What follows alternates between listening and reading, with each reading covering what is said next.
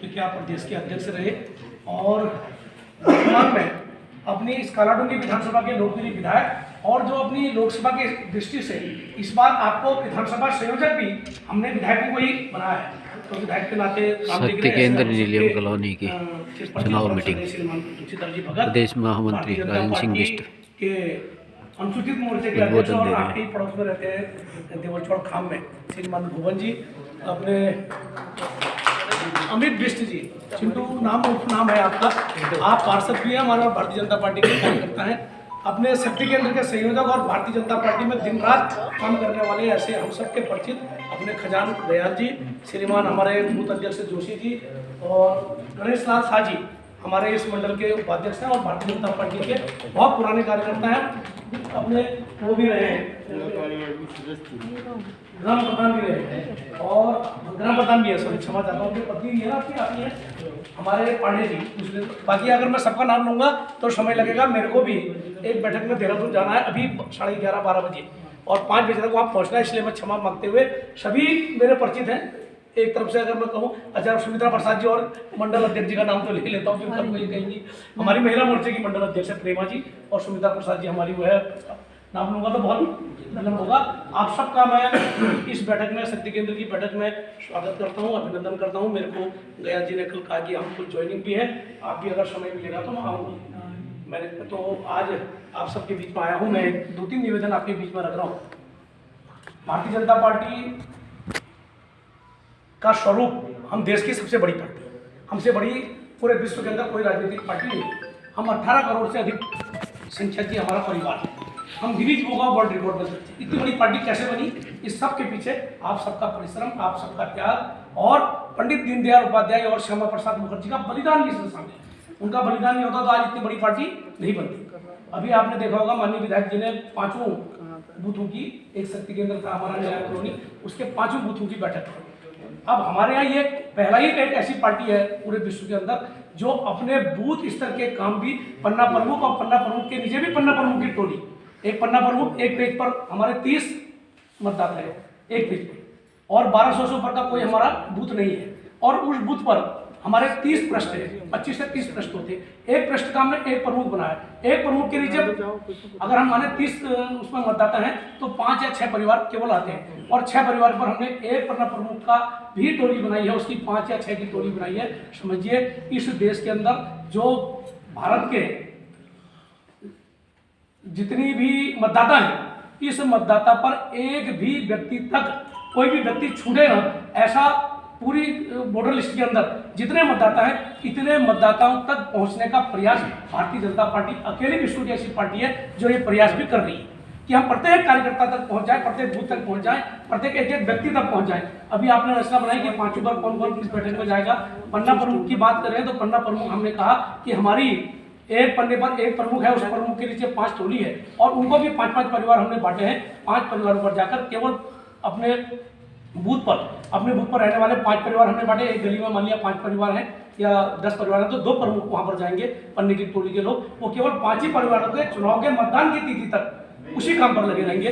जैसा कि माननीय विधायक जी ने कहा कि हमको वहां जाना है, पहली बार उनके खाली चाय पानी पीकर आत्मीयता बढ़ानी है और दूसरे बार जाकर भारतीय जनता पार्टी की बात करनी है, तीसरे बार पर फिर मोदी जी की बात करनी है। अगर किसी प्रकार की कोई परेशानी होती है तो आप संबंधित, अगर आपसे संबंधित, विकास से संबंधित है, माननीय विधायक जी ने कहा हमें संगठन से संबंधित है, संगठन के मंडल अध्यक्ष है, शक्ति केंद्र के संयोजक है, ऊपर जाएंगे तो फिर हम लोग भी हैं। कहीं पर भी किसी प्रकार की परेशानी होगी, लेकिन ये पूरा देश और पूरा विश्व इस समय हमारी तरफ अग्रसर है कि भारत क्या कर रहा है। मैं ये कह सकता हूँ आपके साथ कि इस समय पूरे विश्व के अंदर जिस प्रकार का वैभव और जिस प्रकार का भारत की एक शक्ति बड़ी है, उसको देखकर ऐसा प्रतीत होता है कि अगर हम देश के प्रधानमंत्री की बात करें तो उन्होंने कहा कि यही समय है, सही समय है, यही समय है। नरेंद्र मोदी बार बार के बात कहते हैं कि यही समय है, सही समय है। 2014 से पहले का भारत कहेंगे और 2014 के बाद का भारत कहेंगे। हम कहते हैं कि 2014 के बाद का भारत, नया भारत, क्या था नया भारत और क्या था पुराना भारत। पुराने भारत की थोड़ी सी मैं आपको पुष्टि कर दूं कि उससे पहले 2014 का पहला भारत जो भी तत्कालीन सरकारें रही, उन्होंने कहा 1G घोटाला, 2G घोटाला, 3G घोटाला, 4G घोटाला, कोयला घोटाला, स्पेक्ट्रम घोटाला, नक्का घोटाला, आसमान का घोटाला, मतलब कोई घोटालों पर घोटाला, घोटालों पर घोटाला, चारा घोटाला। कोई घोटाला नहीं बचा। रोज नित्य प्रतिदिन ऐसा रहता था कि नया 2 घोटाले, 3 घोटाले, 4 घोटाले रोज हमारे बीच पर रहते थे। इस देश के यशस्वी प्रधानमंत्री ने जब 26 जनवरी 2014 में 2014 में शपथ ली तो उन्होंने संसद में जाते ही सबसे पहले कहा कि ये जो मेरी सरकार है, ये नरेंद्र मोदी की जो सरकार है, ये सरकार गरीबों की सरकार है, ये सरकार असहायों की सरकार है, ये सरकार वंचितों की सरकार है, ये सरकार शोषितों की सरकार है, ये सरकार मजदूरों की है, ये सरकार किसानों की सरकार है और ये सरकार अपनी आज़ादी को तरसती हुई उन माताओं बहनों की सरकार है जिनको 75 वर्ष तक आज़ादी के आज तक कोई अधिकार नहीं मिला। और उसी का परिणाम स्वरूप था देश के प्रधानमंत्री जी ने कहा कि मेरा जो मूल मंत्र होगा वो गरीब कल्याण होगा। जितनी योजनाएं बनी इस देश के अंदर, सबको गरीब को मूल केंद्र बनाते हुए योजनाएं बनी, उसी का परिणाम स्वरूप था कि आज पूरे विश्व के अंदर, पूरे देश के अंदर हम सबसे बड़ी राजनीतिक पार्टी है, सबसे ज्यादा सांसद हमारे हैं, सबसे ज्यादा विधायक हमारे हैं और सबसे ज्यादा जनप्रतिनिधि हमारे हैं। उस सब के पीछे आप सबकी भी मेहनत है। और जैसा चित्र इस देश में कहते थे, मैं 2 बात करके अपनी बात समाप्त करूंगा कि भाई साहब को भी और अन्य बैठकों में जाना होगा। 5 अगस्त 2019 और 5 अगस्त 2020 ये 2 तिथियां भी भारत के इतिहास में याद रखने लायक तिथियां हैं। 15 अगस्त और 26 जनवरी के बाद क्या हुआ 5 अगस्त 2019 को और क्या हुआ 5 अगस्त 2020 को, ये 2 तिथियां भी हमारे जहन में कंठस्थ याद रहनी चाहिए। 5 अगस्त 2019 का वो दिन जिसके लिए 75 वर्ष से तत्कालीन सरकारों ने एक ऐसा कैंसर पाल रखा था इस देश के अंदर, धारा 370-35 से इस देश का अन्न खाते थे, हमें को हमारे सैनिकों को मारते थे, हमारी माताएं बहनों कितनी विधवाएं हुई। उस धारा 370 और 35 को हटाने का काम भी यदि किसी ने किया, इस देश के यशस्वी प्रधानमंत्री और इस देश के गृह मंत्री अमित शाह ने ऐसी हिम्मत दिखाई जब वहां के तत्कालीन शासक कहते थे कि अगर धारा 370 हटेगी तो खून की नदियां बह जाएंगी, पत्ता भी नहीं हिला। ऐसा साहस करने वाला अगर कोई प्रधानमंत्री इस देश में हुआ है तो इस देश के यशस्वी प्रधानमंत्री नरेंद्र मोदी और अमित शाह जी है। उसके बाद 500 वर्षों तक जिसके लिए हमने इतना संघर्ष किया, हमारी पीढ़ियों ने, और कम से कम 500 वर्ष तक हमारे आराध्य देव को टेंट में रहने को मजबूर होना पड़ा।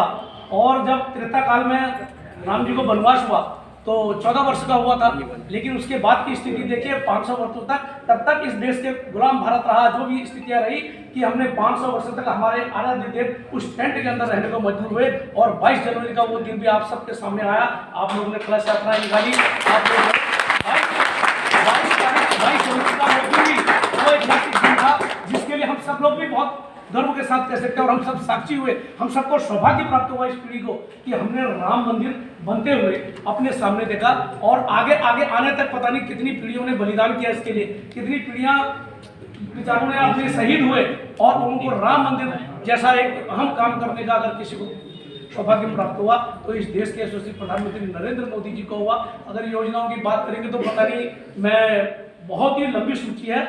एक बात और आपके बीच में कर रहा हूँ, हमने एक अभियान चला है आजकल, लाभार्थी संपर्क अभियान, उसको मैं प्रदेश में खुद स्वयं देख रहा हूँ। लाभार्थी संपर्क अभियान में हमने कहा कि पूरे देश के अंदर ये 140 करोड़ लोगों में हमने 60 करोड़ लोग लाभार्थी चिन्हित किए हैं, ऐसे लाभार्थी 60 करोड़, और 60 करोड़ में हमने कहा कि 25 करोड़ लोगों तक हमारा कार्यकर्ता संपर्क करेगा। हमारे भाजपा के नेता हैं, सब लोग हम लोग लगे हैं कि एक एक लाभार्थी के पास, मैं भी स्वयं 10-11 लाभार्थी के पास गया हूँ जितना समय मेरे को मिलता है, उन लाभार्थी के पास जाकर हमने किस प्रकार का उनको लाभ मिला। वैसे लाभार्थी की अगर हम बात करेंगे इस देश के अंदर, भैया जी जरा सच, इस देश के अंदर 140 करोड़ लोग पर कोई भी व्यक्ति ये नहीं कह सकता मैं किसी प्रकार का लाभार्थी नहीं हूँ। इस देश के यशस्वी प्रधानमंत्री जी ने जो हमको कहा है, और मेरे को एक महिला एक दिन छड़ा नयाबाद में डिस्कस कर रही थी, मेरे को कोई लाभ नहीं मिला। हमने कहा आप कितने लोगों का परिवार है, बोले 5 लोगों का परिवार है। हमने कहा कोविड में आपको जो टीका लगा था उसकी रसीद है आपके पास, बोली नहीं। हमने कहा कितने का रसीद थी, वो कहने लगी मुझे तो पता नहीं। हमने कहा 3000 रुपये का इंजेक्शन था, आपके यहाँ 5 मेंबर थे तो 15000 रुपये हो गए, और उसके बाद 15000 के बाद 2 बार लगाया आपको तो 30000 हो गए। आपके वरिष्ठ नागरिकों को, आपके जो माता पिता थे उनको हमने बूस्टर डोज भी लगाई है भाई, वो उसको लगाएंगे तो 40-50 हज़ार रुपये का। इसलिए मैं आपसे बहुत उसके साथ कह सकता हूँ कि 140 करोड़ लोगों पर इस देश के प्रधानमंत्री ने सबकी जान ही नहीं बचाई, हाहाकार मचा था जिस समय, उस समय 140 करोड़ लोगों को भी कहीं ना कहीं अप्रत्यक्ष लाभ दिया। 60 करोड़ लोग सीधे लाभान्वित हैं, 25 करोड़ लोगों तक हम पहुंचने वाले हैं उत्तराखंड पर भी, लगभग 8 से 10 करोड़ लाभार्थी ऐसे हैं जिनके पास हम जाने का प्रयास कर रहे हैं। मेरा आपसे निवेदन है कि हम इस कार्यक्रम के साथ साथ, जैसा माननीय भगत जी ने कहा कि अपने लाभार्थी संपर्क का कार्यक्रम भी हमारे पास लगा है, अपने मंडल अध्यक्ष जी के पास, शक्ति केंद्र संयोजक के पास उसकी एक्सेस हमने दिया है,